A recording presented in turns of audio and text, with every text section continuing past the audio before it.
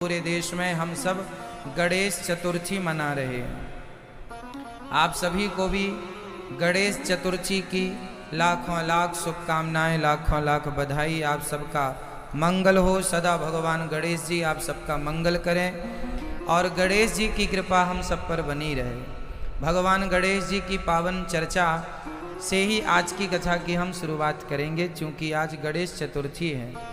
आपको गणेश उत्सव, गणेश चतुर्थी की बहुत बहुत पूरे देश को, सभी भक्तों को बहुत बहुत शुभकामनाएं। आइए गणेश जी से कुछ सीखते हैं। गणेश चतुर्थी के दिन पहला तो मैं आपको निवेदन कर दूं, आज के दिन का चंद्रमा नहीं देखा जाता। आज के दिन का चंद्रमा नहीं देखा जाता।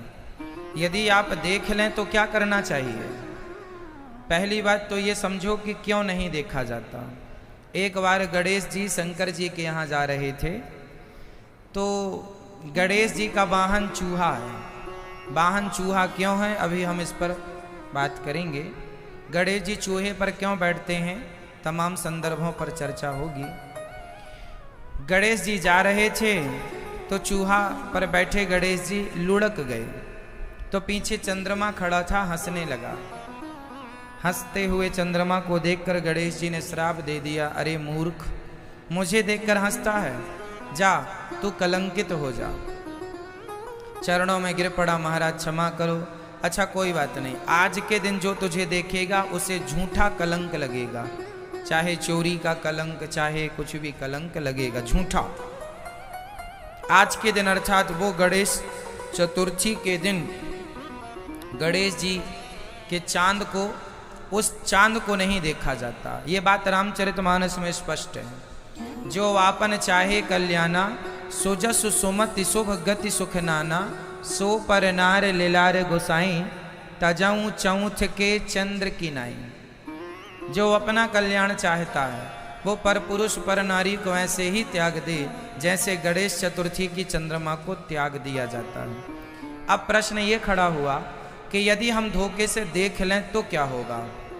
तो गणेश चतुर्थी की चंद्रमा को यदि आप देख लें तो एक जरा सा पत्थर उठाइए और चंद्रमा की तरफ ऐसे फेंक दीजिए, तो आपको उस दोष से निवृत्ति हो जाएगी, दोष समाप्त हो जाएगा। पहला, यदि आपने देख लिया है और पत्थर भी नहीं फेंका, तो भगवान श्री कृष्ण के दूसरे और तीसरे विवाह की कथा श्रवण कर लेने से गणेश चतुर्थी के चांद को देखने का जो पाप लगता है उससे निवृत्ति हो जाती है, व्यक्ति निवृत्त हो जाता है। ये तो रही आज की विशेष बात। अब हम ये समझ लें, थोड़ा ये मॉनिटर थोड़ा तेज कर दो बेटा। तो आज ये और समझ लें कि गणेश जी से हमें क्या शिक्षा मिलती है। गणेश जी कौन है, गणेश जी किसके पुत्र हैं, गणेश जी किसके अवतार हैं, क्यों अवतार लिया। गणेश जी के जन्म की कथा आप लोग जानते हैं। आज गणेश जी का जन्मोत्सव भी है। आज के दिन गणेश जी प्रकट हुए थे। कैसे प्रकट हुए, गणेश जी की जन्म की कथा क्या है? कुछ लोग कहते हैं माता पार्वती के मैल से उन्होंने गणेश जी का निर्माण किया। ये बात नहीं, ब्रह्म वैवर्त पुराण में जो लिखा है वो मैं आपको समझाता हूं। भगवान गणेश जी, माता पार्वती ने, जब भगवान शंकर से माता पार्वती का विवाह हुआ तो भगवान शंकर और माता पार्वती के द्वारा जो एक पुत्र उत्पन्न हुआ, भगवान शंकर के द्वारा माता पार्वती गर्भवती होने ही वाली थीं कि बाहर दरवाजे पर कोई याचक आ गया और उन्होंने आवाज़ लगाई, हम भूखे हैं, कुछ भिक्षा दो। तो शंकर जी ने देखा कि द्वार पर कोई आया है, अतिथि, उसे देखना चाहिए। तो शंकर जी, पार्वती मैया और शंकर जी दोनों अलग हुए। तो शंकर जी का जो तेज था वह माता पार्वती के गर्भ में जो जाना चाहिए था वो जमीन पर गिर गया। और जब माता पार्वती बाहर निकल कर आई तो वहाँ एक साधु खड़ा था। बोला, महाराज बड़ा भूखा हूँ। माता पार्वती ने कहा, क्या खाओगे? बोले, जो आप खिलाएंगे सो खा लूँगा। माता पार्वती ने जो जो खाना चाहा साधु ने खिलाया। माता पार्वती से साधु ने कहा कि आपने साधु को संतुष्ट किया है भोजन खिलाकर, बताओ आपको क्या चाहिए। माता पार्वती ने कहा मुझे पुत्र की कामना है। तो भगवान वो कोई साधु कोई और नहीं, भगवान नारायण ही साधु बनकर आए थे। कह दिया जाओ तथास्तु, आपको पुत्र की प्राप्ति होगी। माता पार्वती अंदर गईं तो उन्हें भगवान श्री कृष्ण ही गणेश का अवतार लेकर के माता पार्वती के आंगन में खेलने लगे। भगवान श्री नारायण जो भगवान कृष्ण हैं, कृष्ण के अवतार ही श्री गणेश जी हैं। और गणेश जी को माँ जैसे यशोदा के यहाँ प्रकट भय ना राम जी, कृष्ण जी, कौशल्या जी के यहाँ राम जी प्रकट भय, भय प्रकट कृपाला दीन दयाला, उसी तरह भगवान श्री कृष्ण ही माँ पार्वती के यहाँ गणेश बनकर प्रकट हो गए। फिर बाद में माता पार्वती जी ने गणेश जी को अपना दूध पिलाया और पुत्र स्नेह किया, बहुत लाड़ किया, बड़ा प्यार किया। तो गणेश जी का जन्म आज के दिन ही गणेश जी प्रकट हुए थे, इसलिए गणेश चतुर्थी मनाई जाती है।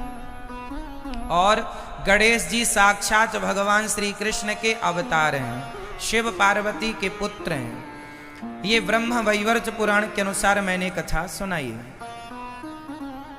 अब जो शंकर जी का तेज गिर गया, जो माता पार्वती के गर्भ में जाना चाहिए था, उस तेज को पृथ्वी पर गिरा तो पृथ्वी सहन ना कर पाई।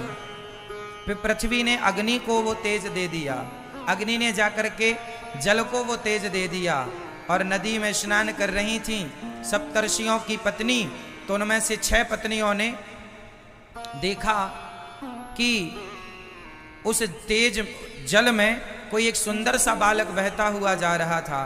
तो 6 ने देखा कि काश ऐसा बेटा मेरा होता। तो 6 मुख हो जाने से उनका नाम पड़ा कार्तिकेय जी। तो कार्तिकेय जी की भी कथा ऐसी ही है। तो कार्तिकेय जी को 6 माताओं ने दूध पिलाया, जिससे उनके 6 मुख हुए। और फिर उन्होंने बाद में आकर के अपना शिवलोक ग्रहण किया और शिव पार्वती के 2 पुत्र हो गए, गणेश जी और श्री कार्तिकेय जी। तो ये कथा बड़ी लंबी है, हमने सूक्ष्म रूप में आपको सुनाई। अब गणेश जी के अंग का मैं वर्णन करता हूं। गणेश जी चूहे पर क्यों बैठे हैं? बताइए, गणेश जी का वाहन चूहा क्यों है? क्या कारण है? एक बहुत बड़ा कारण है। गणेश जी का वाहन चूहा इसलिए है क्योंकि गणेश जी हैं बुद्धि के देवता। गणेश जी कौन है? बुद्धि के देवता। और चूहा कौन है? तर्क का प्रतीक। चूहा जो है हमेशा कुतरता ही रहता है, कहीं भी शांत नहीं बैठता, जो मिलेगा कुतर देगा। तो जो चूहा है वो है तर्क। चूहा को तर्क का प्रतीक माना है और गणेश जी को बुद्धि का प्रतीक माना है। तो बुद्धि अर्थात गणेश जी किस पर सवार हैं? चूहे पर अर्थात तर्क पर। बुद्धि हमेशा तर्क पर ही सवार होती है, इसलिए गणेश जी चूहे पर सवार हैं। यदि आप पढ़े हैं सब्जेक्ट को कि तर्क जरूरी है, तर्क शास्त्र होता है हमारे यहाँ, तर्क संग्रह होता है हमारे यहाँ। एक सिद्धांत पढ़ाया जाता है तर्क शास्त्र। ये ऐसा है तो क्यों है? ये तर्क है। तर्क जानते हैं क्या होता है? जो बच्चा बहुत तर्क करता है वो बच्चा बहुत विद्वान होगा, बहुत आगे जाएगा। जिसके अंदर तर्क ही नहीं है उसकी बुद्धि विकसित नहीं होगी।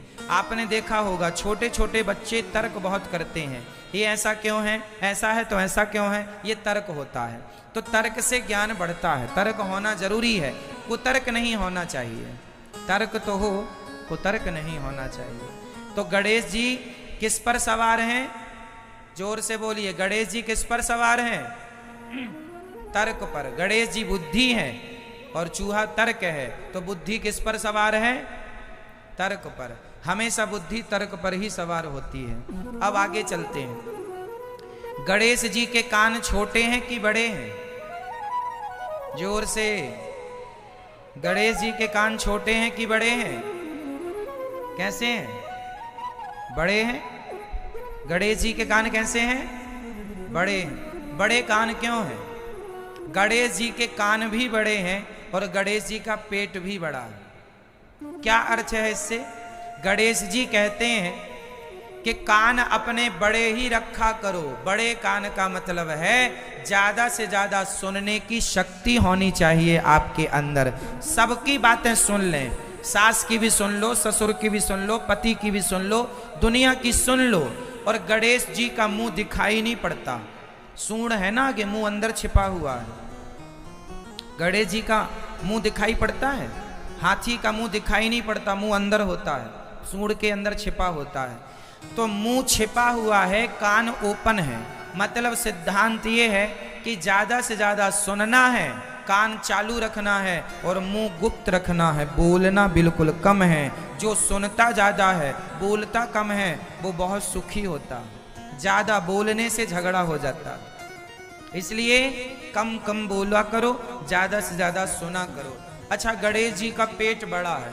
पेट बड़े होने का सिद्धांत ये है कि कुछ लोग होते हैं उन्हें बातें पचती नहीं, पर गणेश जी कहते हैं कि बातों को पचाना सीखिए।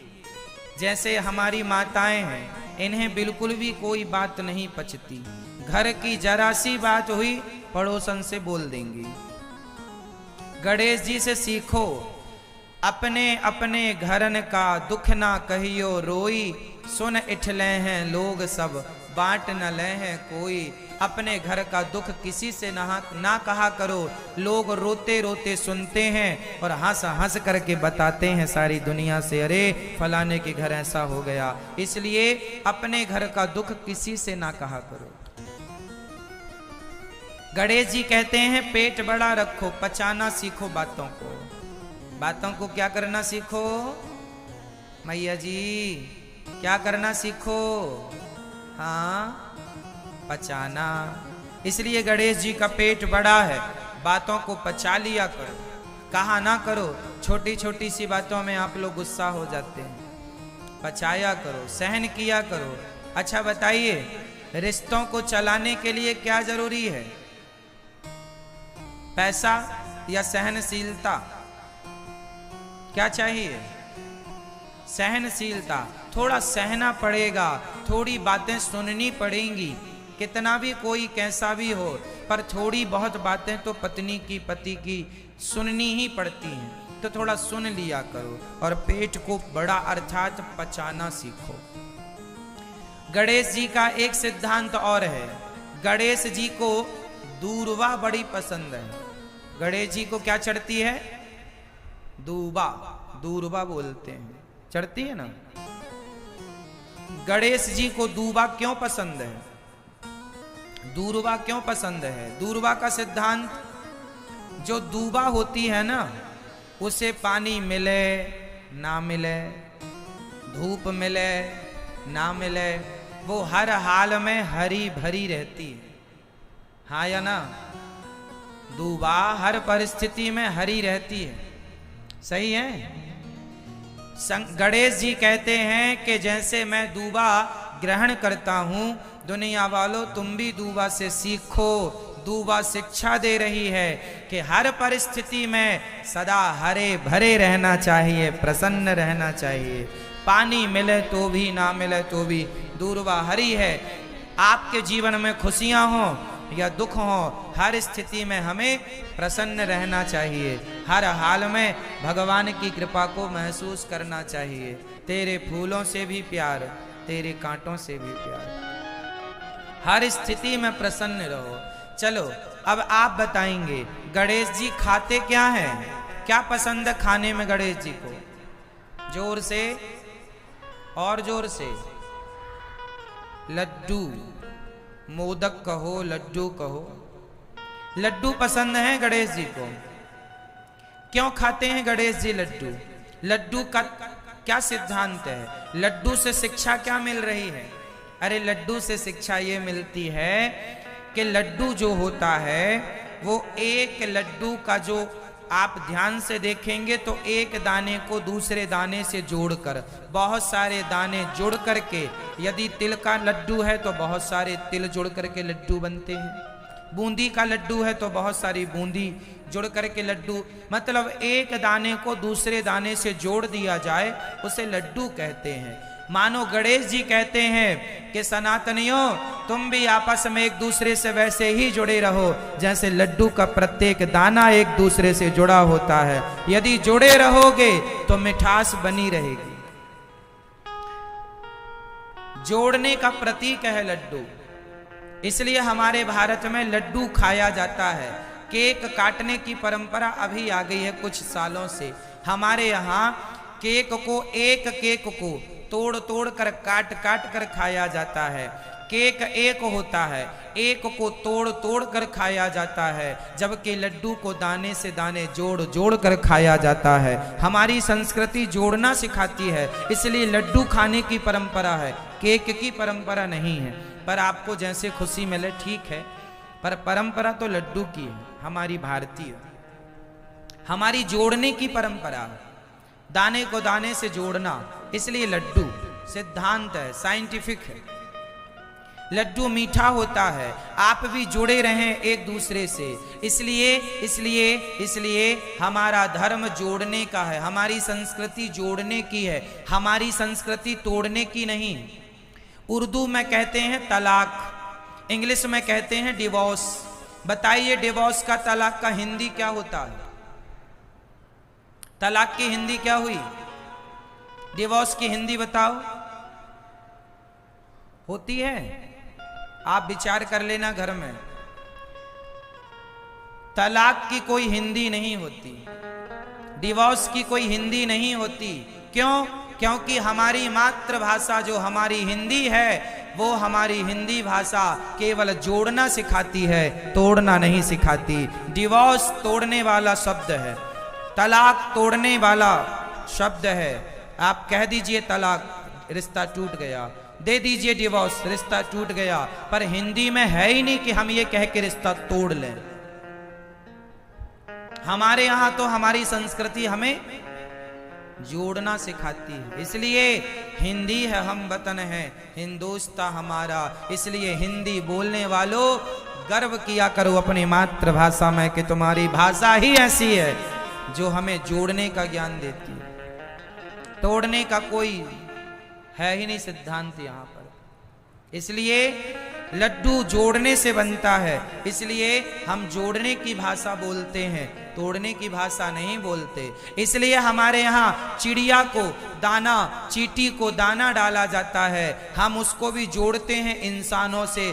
जैसे हमारे अंदर के प्राण हैं, ऐसे चिड़िया के अंदर के प्राण हैं। पर कुछ लोग गाय पर तलवार चलाकर, बकरे पर तलवार चलाकर अपने आप को बहादुर कहते हैं। उनकी भाषा, उनकी संस्कृति उन्हें तोड़ना सिखाती है। हमारी संस्कृति तो चींटियों को दाना डालना सिखाती है। हम लोग तो चिड़िया को दाना डालते हैं, चींटियों को दाना, कुत्ते और गाय की रोटी निकालना सिखाती है हमारी संस्कृति। पहली रोटी गाय की, अंतिम रोटी कुत्ते की। अनादि समय से यह परंपरा भारतीय चली आ रही है। हमारी संस्कृति तोड़ती नहीं है, हमारी संस्कृति जोड़ती है। इसलिए गणेश जी लड्डू खाते हैं कि लड्डू जोड़ने से बनता है। आप भी हिंदू लोग, सनातनी, आपस में वैसे ही जुड़े रहो जैसे लड्डू का दाना एक से दूसरे से जुड़ा हुआ है। यदि बिखर जाओगे तो तुम्हारा अस्तित्व मिट जाएगा। इसलिए संगठित रहो, जुड़े हुए रहो, लड्डू से सीखो, गणेश जी से सीखो। गणेश जी के एक हाथ में कुल्हाड़ी होती है और एक हाथ में रस्सी होती है। ध्यान से देखा कि नहीं? गणेश जी के एक हाथ में कुल्हाड़ी होती है, हाँ या ना? नहीं देखा सो देखिएगा। गणेश जी कुल्हाड़ी लिए होते हैं। गणेश जी के हाथ की कुल्हाड़ी का इशारा क्या है? गणेश जी कहते हैं कि आप अपने जीवन में इस कुल्हाड़ी से अपने जितनी अज्ञानता की वेड़ियां हैं, उन अज्ञानता की वेड़ियों को इस कुल्हाड़ी से काट दीजिएगा और ज्ञान की ओर बढ़िएगा। दूसरे हाथ में रस्सी है गणेश जी के, रस्सी बांधने का काम करती है। जैसे पतंग एक छोटी सी रस्सी से बंधी होती है, पतंग एक छोटी सी रस्सी या धागा कहें, एक रस्सी से बंधी होती है तो आकाश में उड़ती है। यदि पतंग उस रस्सी से कट जाए तो पतंग कितनी भी ऊंची हो, जमीन पर गिर जाती है कि नहीं? जैसे पतंग अपने आप को एक रस्सी से जोड़ करके रखती है, उसी प्रकार हिंदुओं अपने आप को अपने संस्कारों की रस्सी से जोड़ करके रखिएगा। यदि उड़ना है आकाश में तो जोड़ के रखिएगा अपनी संस्कृति से, संस्कृति की रस्सी से। अपने जो भी हमारा शिष्टाचार है, जो भी हमारे संस्कार हैं, उन रस्सियों से अपने आप को जोड़ कर रखिएगा।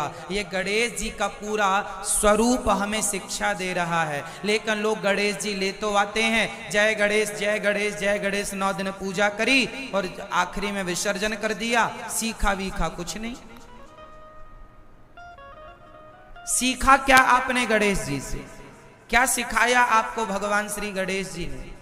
क्या शिक्षा मिली आपको? इसलिए हमारे तो हर प्रत्येक देवी देवता कुछ ना कुछ सिखाते हैं, समझाते हैं। हमारी दुर्गा मैया शेर पर सवारी करती हैं, शेर की। दुर्गा मैया शेर पर क्यों बैठी हैं? क्योंकि वो कहती हैं तुम हिंदू लोग जिस दिन संगठित हो जाओगे उस दिन शेर की सवारी कर लोगे, इसलिए दुर्गा जी शेर पर बैठी हैं। सरस्वती जी का वाहन क्या है आप बताइए, बताइए। सरस्वती माँ का वाहन क्या है? हाँ, क्या है? हंस। माँ सरस्वती का वाहन है हंस। हंस पर क्यों सवार हैं? सरस्वती माँ हंस पर क्यों सवार होती हैं? उनका वाहन हंस ही क्यों है? इसके पीछे बहुत बड़ा कारण है। हंस ही एक ऐसा पक्षी है, हंस ही एक ऐसा जीव है जो दूध और पानी को मिक्स करके आप रखेंगे तो दूध दूध ग्रहण कर लेता है, पानी पानी छोड़ देता है। ये स्वभाव केवल हंस का होता है। हंस ही एक ऐसा है, पानी और दूध मिक्स करके रखने पर भी वो दूध दूध पी लेता है और पानी पानी छोड़ देता है। उसी प्रकार सरस्वती जी कहती हैं विद्या वही ग्रहण कर सकता है जो सार सार को ग्रहण कर ले और असार को छोड़ता हुआ चले। अच्छी बातें ग्रहण करता चले, बुरी बातें छोड़ता चले।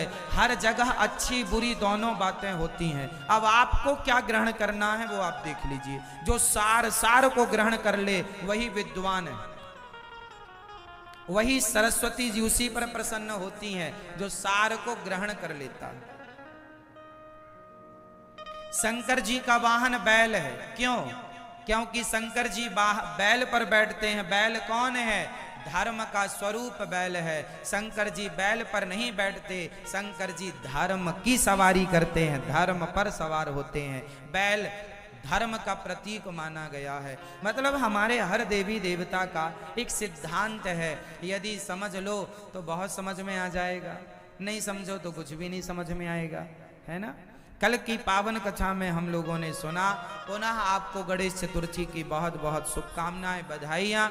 आइए गणेश जी का पावन चरित्र अपने हृदय में बसाते हुए आगे की कथा को प्रारंभ करते हैं। जैसा कि कल दास अनिरुद्ध ने आपसे कहा था कि आज हम आपको भगवान राम जी की कुछ कथाएं सुनाएंगे जो कल रह गई थी। रामचरित्र तो अद्भुत है। रामचरित्र सुनवे कौन रसिया, राम लखन सीता मन वसिया। सदा रामचरित्र सुनने की उत्सुकता बनी रहती है हम सभी भारतीयों की।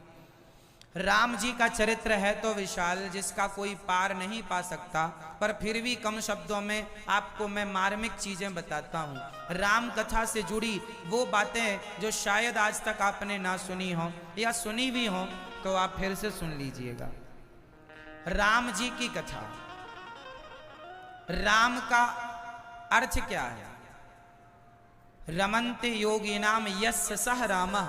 जो योगियों के हृदय में, जो भक्तों के हृदय में सदा रमण करते हैं उन्हें राम कहा जाता है। जो सबके हृदय में सदा रमण करें उन्हें राम कहते हैं। रमन्ते योगी नाम यस्य सह रामः। राम जी को उनके पिता ने 14 साल का वनवास दिया। राम जी को 14 साल का ही वनवास क्यों मिला? 15 साल भी राउंड फिगर हो सकता था, या 10 साल का होता, या 20 साल बोल देती माता कैकेयी। 14 साल ही क्यों?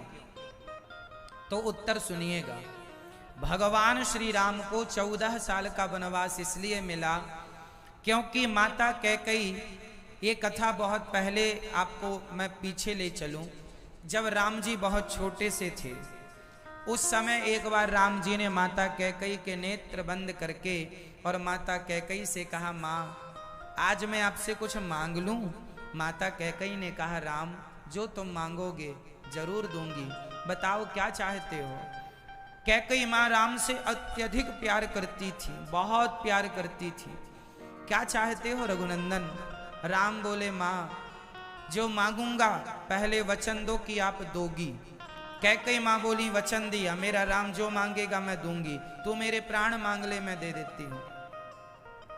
तो कैकई माँ से राम ने कहा था, माँ जब मेरे पिता मुझे राजा बनाने लग जाएं तो मुझे वनवास भेज देना माँ, ये मैं आपसे मांग रहा हूं। कैकई माता तो मूर्छित होकर गिर पड़ी। राम ये क्या मांग रहे हो? मैं तुम्हारे बिना कैसे जीऊंगी? ये अयोध्या के लोग तुम्हारे बिना कैसे जिएंगे?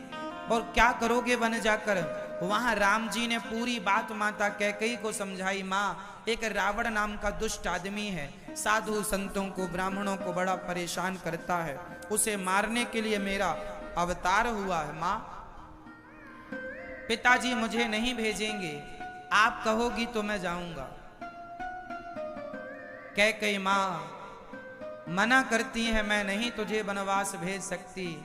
तब राम ने कहा, माँ यदि आपने मुझे वनवास भेज दिया तो लोग मेरी पूजा करेंगे भगवान की तरह। कैकई माँ ने मन में विचार किया कि यदि मेरे एक निर्णय से यदि राम सर्वत्र पूजा जाए तो कोई बात नहीं राम, मैं तुम्हें भेजती हूं। जिस दिन राम को राजा बनाने का निर्णय दशरथ जी ने लिया, कल राम को राजा बनाएंगे, तो कैकई ने षड्यंत्र रचा, मंथरा ने कान भरे, वो आप सब जानते हैं। कैकई ने 14 वर्ष का ही वनवास मांगा, क्योंकि कैकई बहुत बड़ी ज्योतिष की ज्ञानी थी। कैकई ने समझ लिया कि रावण की आयु अब कितनी बची है। जिस दिन राम को वनवास जाना था उस दिन से रावण की उम्र कितनी बाकी है, तो कैकई माँ ने गिन लिया कि 14 साल बचा है रावण का जीवन, 14 साल का। इसलिए माता कैकई ने कहा, राम रावण को मारने जा रहे हो तो वो उसकी आयु 14 साल बची है, तो जाओ 14 साल का पूरा हो जाएगा जब उसका कार्यकाल, जिस दिन मारना उसी दिन वापस आ जाना, एक भी दिन नहीं। यदि उस दिन से रावण की आयु 13 साल बची होती तो राम जी को 13 साल का वनवास होता। यदि 5 साल बची होती तो राम जी का 5 साल का वनवास होता। लेकिन जिस दिन राम जी को राजा बनाने का निर्णय दशरथ जी ने लिया, उस दिन से रावण की आयु केवल 14 साल शेष बची थी। इसलिए जिस दिन राम को राजा बनना था उसी दिन राम को वनवास जाना पड़ा, क्योंकि रावण की आयु 14 साल। इसलिए कैकई माँ ने राम को 14 वर्ष का ही वनवास दिया था। राम जी चले वनवास। जब वनवास की ओर राम जी चले तो ये तो पहला कारण था वनवास भेजने का। अब मैं दूसरा कारण बताता हूं, राम को वनवास क्यों भेजना पड़ा। क्या रावण को मारने के लिए? ना, वनवास राम जी का नहीं हुआ, सच्चा वनवास तो लक्ष्मण जी का हुआ था। लंका में एक आदमी ऐसा था, रावण को तो राम जी अयोध्या रहकर भी मार सकते थे, अयोध्या में रहकर भी राम जी रावण को मार सकते थे, पर लंका में एक आदमी ऐसा था जिसे अयोध्या में रहकर नहीं मारा जा सकता था। वो कौन था आप बताओ? कौन था वो जिसे अयोध्या में रह के नहीं मारा जा सकता था? क्या नाम था उसका? जोर से बताओ आप लोग। उसका नाम था मेघनाथ, रावण का बड़ा बेटा। मेघनाथ को वरदान था कि 12 साल तक जो अपनी पत्नी का त्याग करेगा, 12 साल तक जो नींद का त्याग करेगा, वह मेघनाथ को वही व्यक्ति मार सकता है। 12 वर्षे नींद नारी जो त्यागेगा। यदि नहीं त्यागा और मेघनाथ से युद्ध करा तो मेघनाथ ही उसे मार डालेगा। समझ रहे हैं आप लोग? तो राम जी तो रावण को मार सकते थे, अयोध्या में रहकर रावण को, पर अपनी पत्नी के संग रहकर लक्ष्मण जी मेघनाथ को नहीं मार सकते थे। इसलिए राम की पत्नी तो वनवास गई हैं, पर लक्ष्मण जी की पत्नी वनवास नहीं गई, क्योंकि पता था कि पत्नी संग जाएंगी तो मेघनाथ मरेगा ही नहीं। तो 12 साल तक जो नींद, 12 साल तक लक्ष्मण जी सोए नहीं साहब। ऐसी भक्ति की श्री लक्ष्मण जी महाराज ने 12 साल तक अपने राम के लिए जागते रहे। 12 नहीं 14, 2 साल एक्स्ट्रा लेकर चले। 14 साल तक लक्ष्मण जी सोए नहीं, 14 साल तक लक्ष्मण जी कुछ खाए नहीं। 14 साल का अखंड व्रत रखा लक्ष्मण जी ने, और 14 साल तक नारी का स्पर्श नहीं किया श्री लक्ष्मण जी ने। मेघनाथ का कहना था कि 12 साल तक जो अखंड ब्रह्मचर्य का पालन करेगा मैं उसी से मरूंगा। लक्ष्मण जी ने 14 साल किया। तुम 12 की बात करते हो, हम 14 करेंगे। इसलिए कोई एक सज्जन बोले कि जब मेघनाथ ने शक्ति मार दी तब तो लक्ष्मण जी सो गए थे ना एक रात के लिए। तो उस समय जब लक्ष्मण जी को मूर्छा आई, उस समय 12 साल पूरे हो चुके थे, वो 14वां साल चल रहा था जब मेघनाथ ने शक्ति मारी। शर्त थी 12 साल की, और जब लक्ष्मण जी को शक्ति लगी उस समय लक्ष्मण जी 14वें साल में चल रहे थे ना, वनवास का वो 14वां साल था। 14वें साल का आखिरी समय चल रहा था, अंतिम महीना, अंतिम महीने का अंतिम हफ्ता चल रहा था, सप्ताह। इसलिए लक्ष्मण जी ने मेघनाथ को मारने के लिए ये 14 साल का वनवास, कहा यह जाता है कि अयोध्या का असली राज्य बाली के पास था। सुग्रीव का जो भाई बाली है ना, बाली के पास अयोध्या का असली राज्य था। एक बार दशरथ जी कैकई के संग जा रहे थे तो रास्ते में बाली आ गया। बाली बोला, ए दशरथ जी, अपनी मुकुट उतारो और हमारे माथे पे रखो, वरना हमसे युद्ध करो। दशरथ जी जानते थे कि इससे युद्ध तो किया नहीं जा सकता, इसको युद्ध से तो पराजित किया नहीं जा सकता। जानते थे दशरथ जी के बड़ा बलवान है, लड़े कौन? तो दशरथ जी ने अपना राज मुकुट उतार कर बाली के चरणों में रख दिया था। ये बात केवल माता कैकई जानती थी, और वैसा ही नकली मुकुट दशरथ जी ने बनवाकर पहन लिया। जब राम जी को राजा बनाने लगे तो कैकई ने कहा, क्या मेरे राम को नकली मुकुट पहनाओगे? इसलिए कैकई ने कहा, राम जाओ, पहले बाली को मारकर अपना असली सिंहासन लेकर के आओ, अपना असली राज्य मुकुट लेकर आओ। नकली मुकुट पहनाना है तो मेरे भरत को पहनाओ, राम तो असली राजा होगा। इसलिए राम को वनवास भेजा माता कैकई ने। बाली को मारना जरूरी था, इसलिए राम को 14 वर्ष का वनवास। कैकई माता को दशरथ जी ने वचन दिया था। एक बार कैकई दशरथ जी के संग स्वर्ग लोक गई थी। दैत्यों और देवताओं में युद्ध होने लगा था, तो देवताओं के पक्ष से दशरथ जी मृत्यु लोक से गए थे, कैकई भी संग गई। तो एक दैत्य से दशरथ जी का युद्ध था, तो उसने बाण मारा तो रथ का पहिया निकलने वाला था। तो माता कैकई ने उंगली डालकर रथ के पहिए को रोक कर रखा, और दशरथ जी ने उस दैत्य को मारा। दशरथ जी ने कहा कि देवी, उंगली में क्या हुआ? बोले, रथ का पहिया निकल रहा था, हमने अपनी उंगली लगाकर उसकी रक्षा की। दशरथ जी बोले, आपने मेरे प्राण बचाए, मैं आपको 2 वरदान दे रहा हूं, जो मांग लो। क्या चाहिए? कैकई ने कहा, ना हमें कुछ नहीं चाहिए। वो वरदान उधार थे, और वही 2 वरदान फिर कैकई ने मांगे कि एक वरदान राम को 14 साल का वनवास, और दूसरा मेरे बेटे भरत को राज्य तिलक। ये 2 वरदान तब के उधार थे। राम जी रावण को मारते हैं, माता सीता, कई लोग कहते हैं कि राम जी ने माता सीता की अग्नि परीक्षा ली। राम जी ने नहीं ली, राम जी ने कभी परीक्षा नहीं ली। कई लोग कहते हैं राम जी ने अपनी पत्नी को घर से निकाल दिया। राम जी ने नहीं निकाला। राम जी को दोषी ना बनाया करो। राम जी का कोई दोष नहीं था। आज हम आपको बताएंगे कि दोष किसका था। प्रिय भक्तों, जब रावण के यहां से राम जी आए, सीता मां आई, तो वहां पर अग्नि जलाई गई। माता सीता अग्नि में प्रवेश करती हैं। तो ये अग्नि परीक्षा नहीं थी। ये क्या था? ये अग्नि माता में असली सीता समा गई थी। आपको पता है, ये रामचरितमानस में लिखा है, यदि आप जाने समझें पढ़ें तो। भगवान राम ने माता सीता से कहा था कि आप कुछ दिन अग्नि में विश्राम कर लो। असली सीता तो अग्नि में समा गई थी।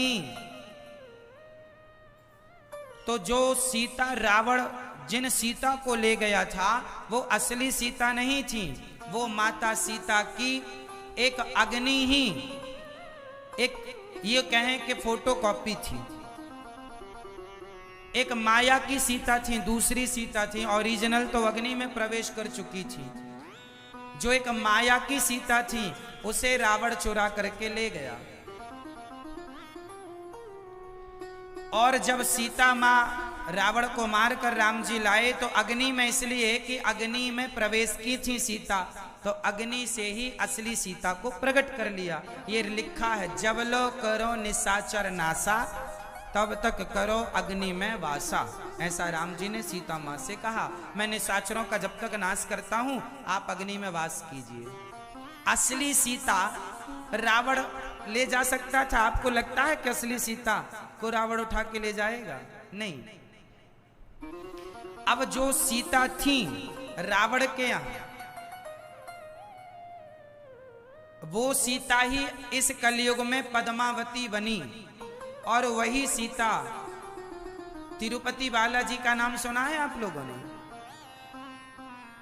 तिरुपति बालाजी का नाम सुना होगा। ठाकुर जी पीछे दर्शन कर लीजिए। तिरुपति बालाजी जो हैं, इनका नाम है श्रीनिवास। एक बार लक्ष्मी जी का भगवान से झगड़ा हो गया कलयुग में। इसी कलयुग में की बात बता रहा हूं। तो भगवान तिरुपति बालाजी, भगवान श्रीनिवास मतलब भगवान नारायण, लक्ष्मी जी गुस्सा होके तिरुमाला आ गई। तिरुमाला, जहां तिरुपति बालाजी जिस पहाड़ पर विराजमान है ना, उसे तिरुमला पर्वत कहते हैं। आपने कभी दर्शन किया है तिरुपति भगवान का? तिरुपति भगवान जिस पहाड़ पर बैठे हैं उस पहाड़ का नाम है तिरुमला पर्वत। तिरुमला, उस पहाड़ पर माता लक्ष्मी जी आकर के और तपस्या करने लग गई नाराज होकर। तब भगवान नारायण प्रकट होते हैं श्रीनिवास बन करके। और जो रावण जिन सीता को ले गया था हरण करके, परछाई या नकली वो सीता, वही सीता इस कलयुग में। अच्छा, जब रावण के यहां से वो सीता आई तो सीता ने कहा, प्रभु मैंने आपकी लीला में आपका सहयोग किया है, लेकिन मैं आपको अपना पति के रूप में वर्ण करना चाहती हूँ, कैसे होगा? राम जी बोले, कलयुग में मैं श्रीनिवास बनकर आऊंगा, तो मेरी पद्मावती बन करके आ जाना। तो वही कलयुग में भगवान राम श्रीनिवास बनकर आए और वही सीता जिसे रावण चुरा कर ले गया, वही सीता पद्मावती बनकर आई और जिनका भगवान नारायण से विवाह हुआ। बाद में फिर लक्ष्मी जी भी मान गई। तो तिरुपति भगवान जी की फिर कथा लंबी है। फिर उनका वहीं पर निवास स्थान बना और भगवान तिरुपति जो 3 के पति हैं उन्हें तिरुपति कहते हैं। तिरुपति बालाजी 3 के पति हैं, पद्मावती, श्रीदेवी मतलब लक्ष्मी जी और लीला देवी मतलब राधा रानी। 3 के पति हैं। भूदेवी कह लीजिए, श्रीदेवी, भूदेवी और श्रीदेवी। श्री मतलब लक्ष्मी जी, भूदेवी, श्रीदेवी और लीला देवी। ये 3 के पति होने से उन्हें तिरुपति कहते हैं। फिर तिरुपति का तिरुपति हो गया, तिरुपति बालाजी सरकार। तो ये आज भी भगवान श्री तिरुपति बालाजी आज भी हम लोगों को दर्शन देने के लिए आज भी तिरुमला पर्वत पर विराजमान है। आप हम सब दर्शन करते हैं। तो कहने का तात्पर्य हुआ कि अग्नि परीक्षा नहीं थी, माता सीता की वापसी थी। मेरे राम को सीता पर कोई डाउट नहीं था, कोई संदेह नहीं था। फिर प्रश्न ये खड़ा हुआ कि राम जी ने सीता जी को परित्याग क्यों कर दिया, त्यागा क्यों? तो यहां भी आपको स्पष्ट कर दूं, राम जी ने सीता का त्याग नहीं किया। मैं पूरी आपको सिचुएशन बता रहा हूं, एक स्थिति बताऊंगा, फिर आप ही मुझे उत्तर दीजिएगा। चलिए, जब राम जी राजा बन गए, सीता जी रानी बन गई, तो उस समय एक घटना घट गई। अयोध्या में किसी के घर एक काम करने के लिए कोई महिला आती थी, झाड़ू पोंछा करने। वो सरयू जी के उस पार रहती थी, उसका गांव था सरयू के उस पार, अयोध्या है इस पार। अब वो महिला शाम को काम करके जाने लगी तो अचानक बारिश होने लगी, बहुत तेज। सरयू जी में पानी ज्यादा आ गया, तो वो नाव चलाने वाले भाई से बोली, भैया मुझे पार लगा दो। केवट बोला, बहन आज कैसे लगाऊं, पानी गिर रहा है, नाव डूब सकती है, इसलिए आज तो पानी बहुत गिर रहा है, कल सवेरे पार लगा दूंगा। रात भी हो चुकी है, मौसम भी बिगड़ा है। पहले के जमाने में तो नाव ही एक साधन था, कोई पुल बुल तो थे नहीं।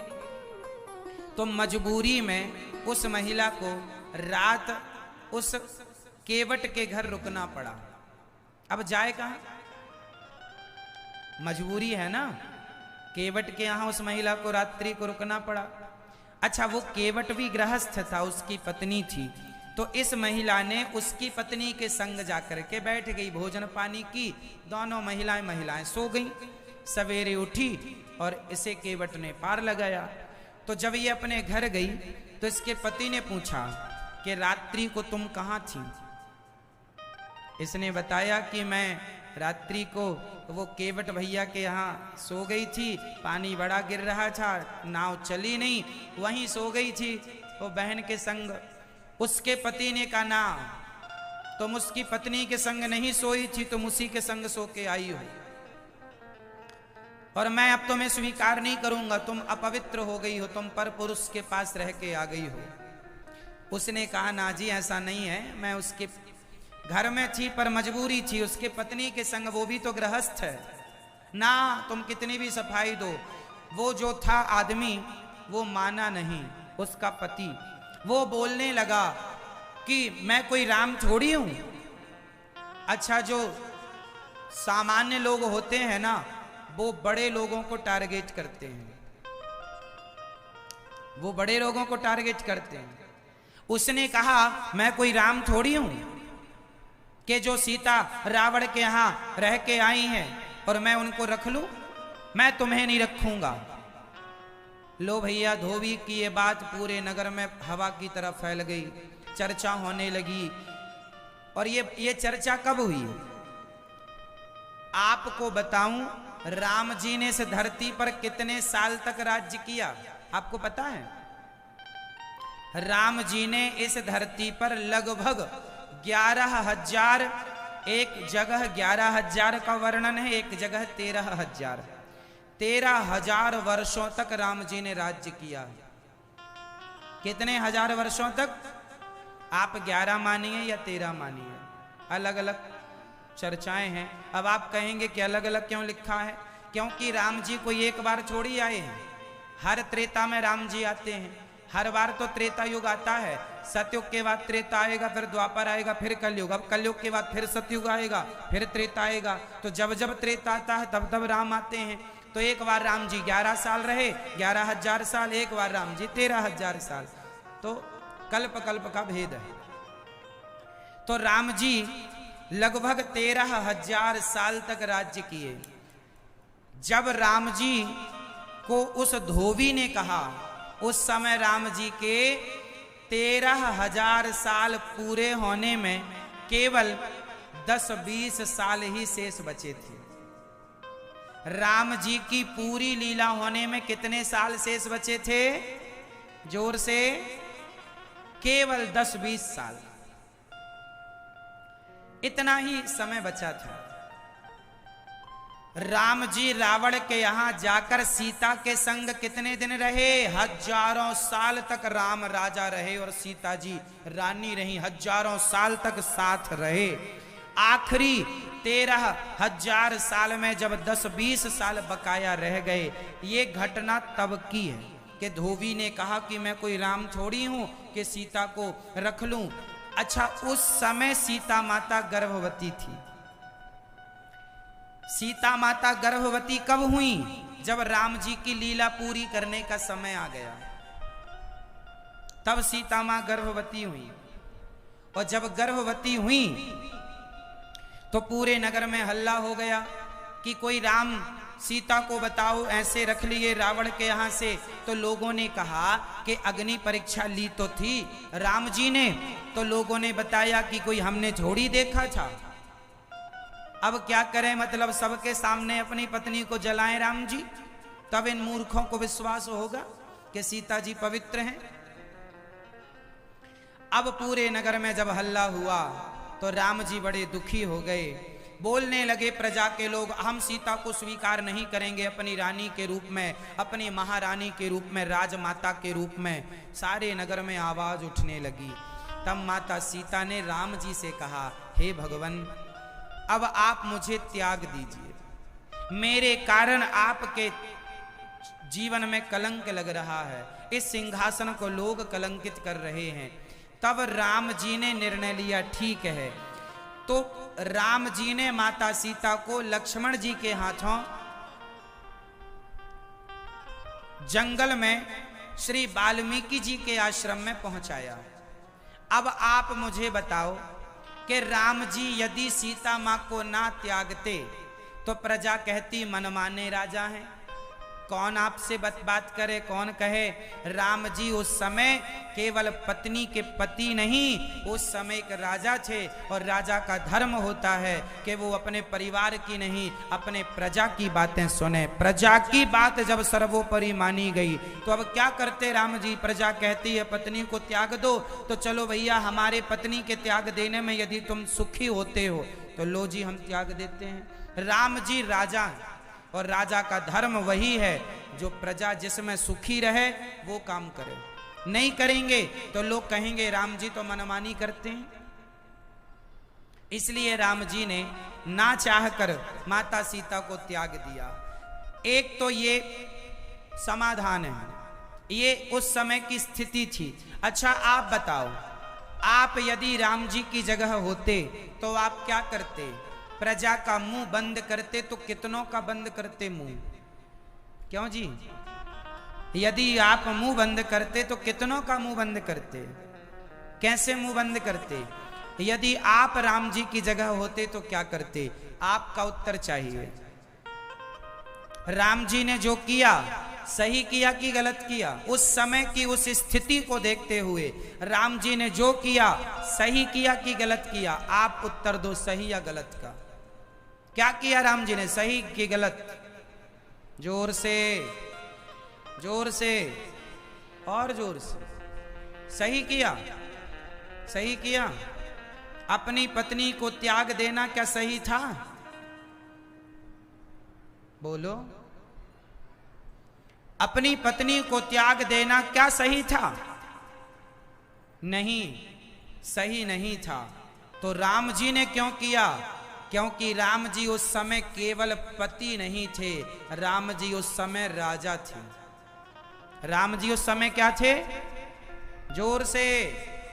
राम जी उस समय अयोध्या के, पूरे भारतवर्ष के राजा थे। और जो निर्णय राम जी ने लिया वो निर्णय एक पति का निर्णय नहीं था, वो एक राजा का निर्णय था। इसलिए राजा के निर्णय के हिसाब से, इस दृष्टिकोण से देखोगे तो सही होगा। जहां राम जी ऐसे प्रजा प्रेमी राजा थे कि अपनी पत्नी को अपनी प्रजा के लिए त्याग दिया, ऐसा राजा आपको कहां मिलेगा? चलो भैया, यदि आपको हमारी खुशी चुभती है तो हम छोड़ देते हैं अपनी पत्नी को।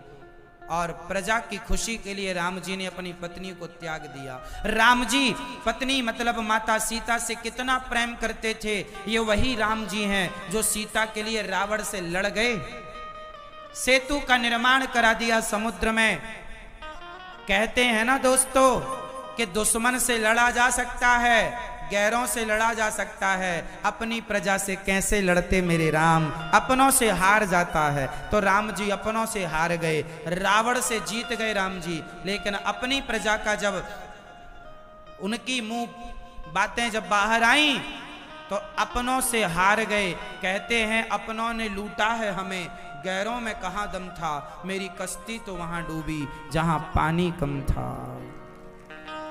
अपनों से हार गए हैं राम जी और दुश्मनों से राम जी जीत गए। आज राम जी हार गए। किससे हार गए?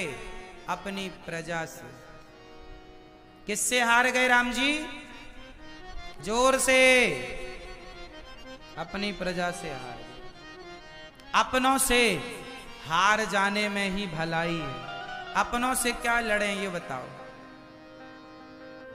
अपनों से जीत कर भी क्या जीतेंगे? इसलिए अपनों की लड़ाई में तो हार जाना ही जीत है। तो ये रहा एक उदाहरण। माता सीता को वनवास क्यों भेजा? उस समय आप यदि होते तो उस समय की स्थिति, सिचुएशन, परिस्थिति आप देखते तो आपको पता लगता कि कौन सही है कौन गलत है। अब सीता के वनवास जाने का मैं दूसरा कारण बताऊंगा जो कि पद्म पुराण में लिखा हुआ है। अब ध्यान से सुनो। राम जी ने माता सीता को वनवास नहीं भेजा। सीता माता खुद अपने वनवास जाने में जिम्मेदार थी, कारण थी। वो कारण क्या था? इसके लिए सीता माँ के बचपन को देखना पड़ेगा।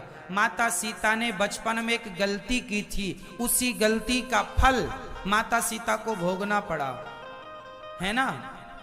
अब मैं बात करूंगा इन तोतों की जो ये पिंजरे के अंदर बंद हैं। शायद ये कथा सुनने के बाद आप लोग इन तोतों को मुक्त भी कर दो। ये जो माता सीता की कथा है वो सीता जी की कथा इन तोतों से जुड़ी हुई है। अब मैं आपको वो कथा सुनाता हूं जो पद्म पुराण में लिखी है माता सीता जी के वनवास के संदर्भ में। समझ में आ रही है बात? आवाज आ रही है बराबर? पीछे के लोग हाथ उठा के बताओ यदि आवाज आ रही है तो। बात समझ में आ रही है? आप लोगों को आवाज आ रही है? आपको आ रही है? मैया सो रही है, जगा दो। अच्छा मैया जाग रही हो? अच्छा सुनो, आप लोग अगल बगल देख लो, कोई सो रहा है तो जगा दो।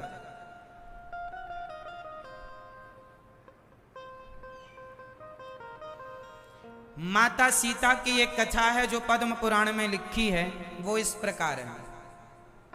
एक बार माता सीता जब जनकपुर में थी, अपनी सखियों के संग बगीचे में खेलने के लिए गईं। संग में बहुत सारी सखियां थीं। सारी सखियां इस पेड़ उस पेड़ के नीचे खेल रही थीं। सीता माता अकेली एक पेड़ की छांव में बैठी थी कि उसी पेड़ पर एक तोता आ गया। तोता, जैसे ये तोता, एक तोता आ गया और तोती आ गई। तोता तोती का जोड़ा पेड़ पर आकर बैठा और तोती तोते से बोली, ये जनकपुर है, यहाँ की राजकुमारी सीता का विवाह राम जी से होने वाला है। अयोध्या के राजकुमार राम जी का विवाह सीता से होगा। सीता जी बोली, ये तो हमारी कथा कह रही है। सीता जी चुपके गईं और तोती को पकड़ लिया। तोती चिल्लाई, अरे बहन छोड़ दो। तो उन्होंने कहा, मैं सीता हूं जिनकी तुम कथा सुना रही हो, ये बताओ तुम्हें हमारे बारे में पता कहां से लगा? तोती बोली, हम वाल्मीकि जी के आश्रम में रहते हैं, उन्होंने रामायण लिखी है। राम जन्म से पहले ही वाल्मीकि जी ने रामायण लिख दी थी। तो रामायण में जो जो लिखा है वो सबको अपने शिष्यों को पढ़ाते हैं, बताते हैं। हम भी वहीं रहते हैं, हमने सुन लिया। सीता जी बोली, चलो हम तुम्हें सोने के पिंजरे में रखेंगे, तुम हमें रोज राम कथा सुनाया करो। तोती को लेकर के माता सीता पिंजरे में सोने का पिंजरा बनाकर बंद कर दिया। तोती चिल्लाई, अरे सीता मुझे बंद ना करो, मैं गर्भवती हूँ, मैं आकाश में ही रहना पसंद करूंगी, पेड़ की छांव में। और मुझे ना पिंजरे में डालो। मैं तुम्हें रोज कथा सुनाने तुम्हारे इस खिड़की पर आ जाया करूंगी, तुम सुन लिया करो, रोज सुनाऊंगी, मुझे बंद ना करो। सीता को बहुत विनती प्रार्थना की, मुझे पिंजरे में ना बंद करो, मुझे आजाद रहने दो, मुझे उड़ने दो। माता सीता ने एक ना सुनी और माता सीता ने कहा नहीं, तुम्हें रोज कथा सुनानी पड़ेगी पिंजरे में। अब वो तोती बेचारी गर्भवती थी, अपने पति के बिना, तोते के बिना। अब उसका तोता भी आसपास ही घूमता रहता था, खिड़की के बाहर वो बैठा रहता, ये पिंजरे के अंदर रहती थी। तोती बेचारी कुछ दिनों के बाद भूखी प्यासी तड़प तड़प करके मर गई। जब तोती मरी तो तोती के तोते ने बद्दुआएं दी, जिन्हें हम शाप कहते हैं, एक्चुअली वो बद्दुआएं होती हैं। तो तोती के तोते ने बद्दुआ दी, सीता शाप दिया, सीता जैसे तुमने हमारी पत्नी को गर्भावस्था में हमसे दूर कर दिया है, जाओ जब तुम गर्भवती होगी तो तुम्हारे पति भी तुम्हें अपने से दूर कर देंगे और कारण मैं बनूंगा। वही तोता मर करके फिर धोबी के रूप में जन्म लेता है, जिसके कहने से माता सीता को वनवास दिया गया। इसलिए पक्षियों को पिंजरे में ना कैद किया करो, बड़ा अपराध लगता है। इनकी आजादी, इनकी स्वतंत्रता हम अपने सुख के लिए छीन लेते हैं। कई लोग तो पक्षियों के पंख काट देते हैं। कितना बड़ा पाप कर लिया आपने, किसी की उड़ान को आपने रोक दिया, अब आपकी उड़ान कैसे बढ़ेगी? आपकी पंख भी कोई ना कोई काटेगा फिर। इसलिए ये पक्षियों को इस प्रकार जेल में बंद करना बहुत बड़ा अपराध है, बहुत बड़ा पाप है ये। पिंजरे के पंछी रे तेरा दर्द न जाने कोई। सीता माता ने एक पक्षी को बंद किया था, इसका परिणाम हुआ कि उन्हें जाना पड़ा वनवास गर्भावस्था में। ये बात पद्म पुराण में लिखी है, मैं कोई मन की कथा नहीं सुना रहा हूं, जो लिखा है वेद पुराणों में वही सुना रहा हूं। तो माता सीता के वनवास जाने के दो कारण हमने आपको सुनाए। तो आप लोगों से मेरी विनती है, यदि पक्षियों को पालना है तो एक उपाय है, अपने घर के आंगन में, अपने घर के आसपास पीपल का, वट वृक्ष का पेड़ लगा दीजिए। पेड़ होगा, अपने आप हजारों पक्षी आकर बैठा करेंगे, आप दर्शन करते रहा करो आजाद पक्षियों का, है ना। एक पेड़ लगाना सीखो ताकि उसमें ढेर सारे पक्षी घोंसला बनाएंगे, वहां रहेंगे, अंडे देंगे, उनकी संतानें बढ़ेंगी, वो आशीर्वाद मिलेगा। अब ये क्या कि हमने पिंजरे में बंद कर लिया, कोई बात नहीं, आपको ज्ञान नहीं था, कोई बात नहीं, आगे से ये गलती मत कीजिएगा, आगे से अपराध आपसे ना होना चाहिए, ठीक है। तो माता सीता के वनवास जाने का ये कारण, अंत में राम जी ने रावण को मारकर माता सीता रानी बनी, राम जी राजा बने। बोलिए राजा रामचंद्र भगवान की। मेरे राम को, मेरी माता सीता को अपने हृदय में सदा बसाओ। सीता हमारी माता है और राम हमारे पिता हैं। राधा हमारी माता हैं और कृष्ण हमारे पिता हैं। लक्ष्मी हमारी माता हैं और नारायण हमारे, उन्हें अपना माई बाप मानो, भगवान को अपना सब कुछ मानो। माता रामो मत पिता रामचंद्र, स्वामी रामो मत सखा रामचंद्र, सर्वस्वं में रामचंद्रो दयालुर, नान्यम जाने नैव जाने न जाने। तो राम जी इस प्रकार पावन चरित्र, जो राम जी की कथा हम और जितनी कहें सब कम है। भगवान का चरित्र तो अनंत होता, भगवान का चरित्र तो अनंत, जिनका शब्दों से कोई पार नहीं पा सकता, पार ही नहीं पा सकता। अब मैं भगवान के पावन बाल लीलाओं का, उत्सव का आनंद आपको दिलाऊं।